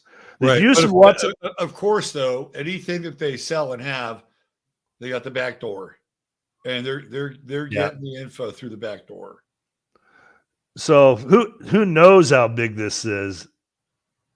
Who knows? This is just the tip of the iceberg that's just been kind of determined. Just one of the loopholes, just the latest of many that are being blamed on Israeli cyber spying companies. Keep in mind that Pegasus says they want to prevent crime. Instead, it appears to be facilitating large-scale hacking and snooping attacks.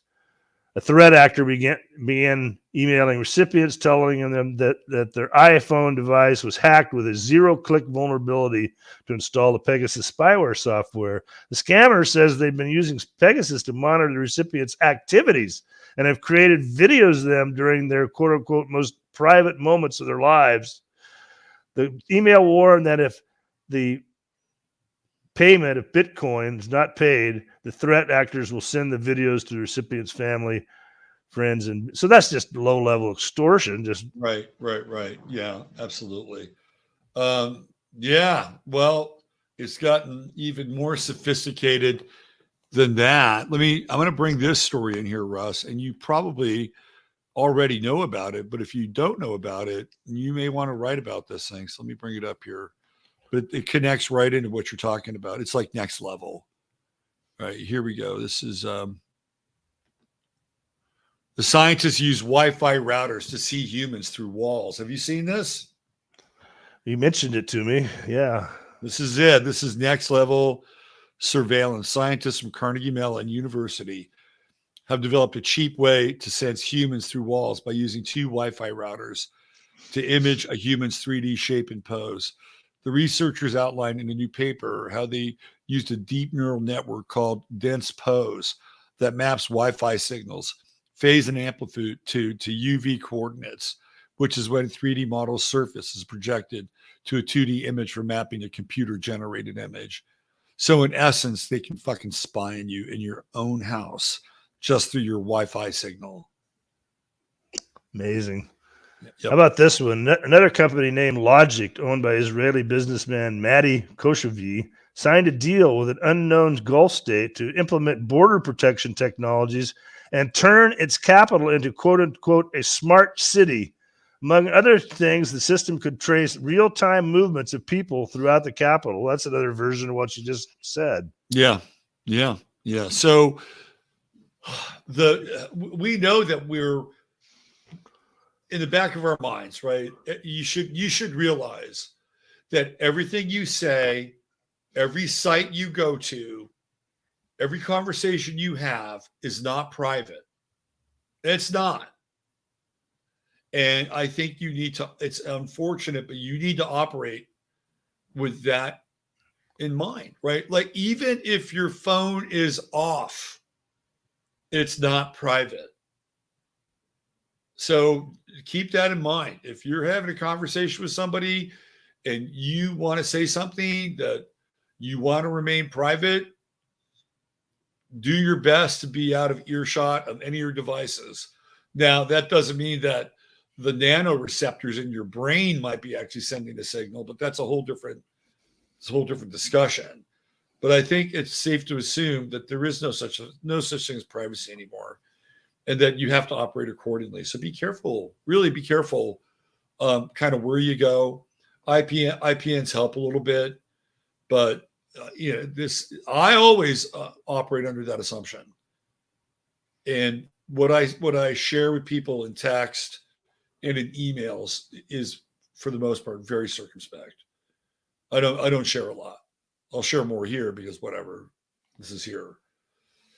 But that's where I weigh in on all of this. Just be aware that we are living in a very compromised reality. And unfortunately, if we get to a point where they have long-standing digital and virtual files on us, that they could be used against us at any point in time in the future, and throw people into struggle sessions. And do you remember? Stasi shows up and takes you away. Yeah. Absolutely.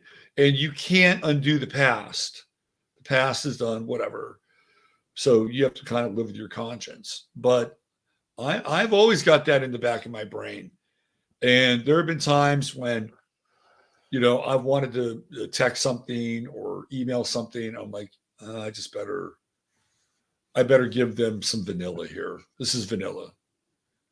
Yeah. So anyway, too late for me, man. Well, no, I mean, I've got a whole website and I've got a shit ton of videos. Clearly it's too late for me. But in terms of personal communication with another person, right, I'm just very circumspect about what I share. It's just the way it is. This stuff, the cat's out of the bag here. It has been for a long time. So it's like, I'm unapologetic. Well, the thing is, in some respects, they can just fabricate too. Well, that's the other thing. They came out with this conversation with Trump and the papers. Did you run across that? It's kind of like a CGI type thing, right? It's like a deep fake thing. Yeah. And, you can actually kind of hear it in his voice a little bit. Like it doesn't really sound completely like him. And now they've been busted that the whole thing is a LARP. Yep. I mean, sometimes I kind of even wonder about some of Biden's behavior. A lot of that's deep fake because he's just it's got to be deep fake. It's just too strange. Says too many strange things, too many weird behaviors. Yeah, it's got to be deep fake. Because he's going to go. I mean, I'm convinced he's going to go. He needs to go. He's done. Oh, he's done. They will not run him in 2024. The guy that they're gonna trot out there is Gavin Newsom. That's unbelievable. That's unbelievable. But he's gonna have to deal with RFK, and I do not like RFK. There are a lot of people that like him. I don't like the guy. I'm not into him. He says some good things, but then, like, did you hear about affirmative action? No. Russ, the Supreme Court voted down affirmative action yesterday. Yeah, right. And Robert Kennedy had a problem with that. Oh boy, did he ever?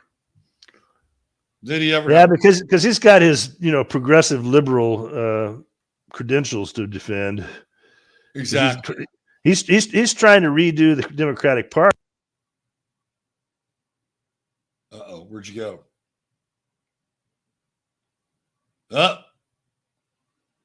Did we have a malfunction? Yeah, a bit of a malfunction there. But I think he's just trying to reform the Democratic Party, which is a useful project, but it's not really reformable. I kind of like him, but I realize that he probably has there's a part of him that's views. He seems earnest. He's very likable. He seems earnest enough, but I don't trust him for a minute. I don't trust him at all. He's kind of like I think he's like the Democrats' version of Trump now. That's what I think. He's like the outsider. Oh, he's the outsider.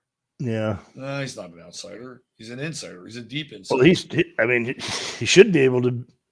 So you think it'll be Newsom versus him, and Newsom's bad news, very bad news. He has a very poor model for state that he's run. Really? That's what everybody wants? California? Newsom has the China connection. Newsom has China behind him. I'm of the mindset that China is likely in possession of California right now as we speak, because of what happened in 2009 with the housing crisis and the money that China lent the United States to bail the whole thing out. That's all Chinese money. What did they get? They got property. They got huge amounts of property. Well, maybe they could take over California because they've lost Shanghai. Shanghai's a bust. Well, I think they've already taken over. I remember when Schwarzenegger was governor, he made it a point that a Chinese manufacturing firm would build the Bay Bridge. Right, that goes all the way back to Schwarzenegger. That wasn't an American company or a California-based company. It was a Chinese company that built the Bay Bridge. So they've had their hooks in California for a while now. So I think you've got the China machine behind Newsom, and I think it's formidable. So yeah, I think it's going to be Newsom and what's his name, RFK Jr. East Coast, West Coast. Yeah, I think I would support RFK Jr. in that one. And then on the Republican side, that is just going to be like a WWEF battle royale, right? WWE battle royale with all the Republicans that have jumped into the ring. That's going to be sloppy. I mean, DeSantis seems to be kind of faltering, or is that just a perception? No? I think here's the problem with DeSantis.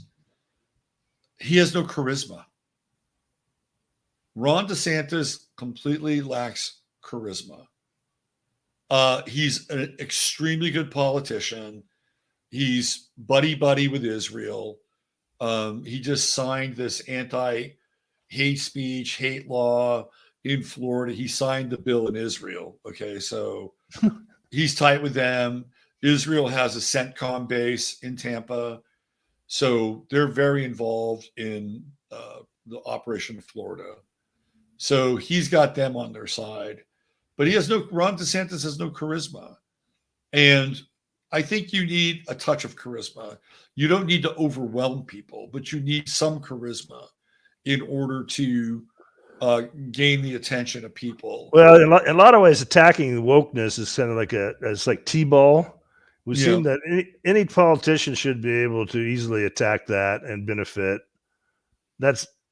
Come on, woke politics has got any kind of popularity. I mean, it's just almost kind of a farce. It's T-ball. Well, I think that somebody like Vivek Ramaswamy goes at it in a way that actually makes sense. Like, he elevates the conversation. He elevates the dialogue around woke culture. It's not just woke culture, but it's a massive gap in our society that is devoid of any meaning. And people are desperately trying to find meaning. And so they ascribe to these kind of pieces of low-hanging fruit. And he has a fairly, I would say, intellectual and philosophical grasp of the situation. I like Ramaswamy. A lot of people don't like him because he's Indian, and they think that the president of the United States should look like an American. Look, I don't have a problem if they don't look like an American, as long as they act like an American. I don't have a problem with that. So it'll be interesting to see him on the debate stage with some of these people and how much time they actually give him, because I think he could wipe the floor with most of them. The guy that I think will be interesting to watch in that environment will be Tim Scott from Florida. And Tim Scott has charisma. He's got, check the box conservative values. And he happens to be black, right? That's a guy to watch. I've seen him. He's a really skilled orator. And, we live in an age where people just buy into that stuff, right? So it's going to be fascinating. And it'll be fascinating to watch Mike Pence come out and kind of monotone the whole thing. But by the way, I've said this before. I would not sleep on Mike Pence. And I'll tell you why. Mike Pence delivered. He's got the warmonger crowd behind him. He delivered January 6th. Okay. He delivered that. Mike Pence was the point guard for that whole event. And Mike Pence knows where the bodies are buried around January 6th. Do not be surprised if the media starts to blow Mike Pence up and give him way more credit than he deserves. Because I've brought this up before, and people are like, what are you smoking? He's a good soldier, so they might reward him. Okay. Yeah. It's not just a good soldier. He probably made an agreement. Like, I think there's probably an agreement in place. So I would not sleep on Mike Pence. But, he's a zombie. Mike Pence is basically a zombie. But it's going to be good entertainment at the very least. And Trump has said that he may not participate in the debates, which would be a shame because he's very entertained in that environment. Well, Biden's not going to participate in the debates, but Biden doesn't have to because he's going to be gone. He'll be gone. He's gone. He'll be gone. Yeah. So I think that the lunch he had with Obama, they must have talked about some kind of a graceful exit. Yeah, I mean it's got to be part of the plan. There's no way that they can trot him out there for, like, they've gotten as much mileage out of him as they possibly can, without him being completely and utterly decrepit. That he's on that tip right now. And Gavin Newsom is a savage. He's a savage. That amazes me that he would be considered a presidential candidate. It's really weird is that I had an ex-girlfriend who had a business in the marina in San Francisco, and that was Gavin Newsom's district as a supervisor. And we talked, this is a long time ago. This is back in the 90s. And she said, oh yeah, he comes into my coffee shop all the time. She said, he's really nice. he's really nice. He's helped me out. Like, helped her out with the business and permits and stuff like that. And there was a time in San Francisco where Gavin Newsom was kind of a good guy, right? Like, he kind of represented being fair, and he had a reasonable reputation. But man, that guy must have done a deal with the devil, because that is not the same dude. This is a savage. He's a killer. Gavin Newsom's a killer. Doppelganger, probably. Could be. Doppelganger. All right, Russ, I'll let you get back to your wonderful Czech weekend there. You got any plans? Just hitting the pool every day when it's warm. We got to keep getting stronger. Get that UV. I was watching this guy on Twitter. His name is Troy Casey, and he's really into like extreme sort of applications of using the body, and especially with nature. And he gets up and he's naked, and he spreads his legs and he suns his anus. Right? He does it for about 30 seconds, and he says 30 seconds of anal sunning is as good as 8 hours in the sun. It's probably great for the prostate. So Russ, this weekend by the pool, see if you started an anal sunning trend in there. They won't even let you eat food and drink out there. So I doubt if I can get away with that one. I'm sorry, sir. May I ask what you're doing? I'm sunning my anus. Have you ever tried it? It will increase your lifespan. Yeah, don't put that idea in my mind. I could just see this anal sunny trend sweeps the Czech Republic. All right, Russ. All right. It's always great having you on here. You take good care, okay? Bye-bye. Bye-bye. See ya. All right. That's our good friend Russ Winter.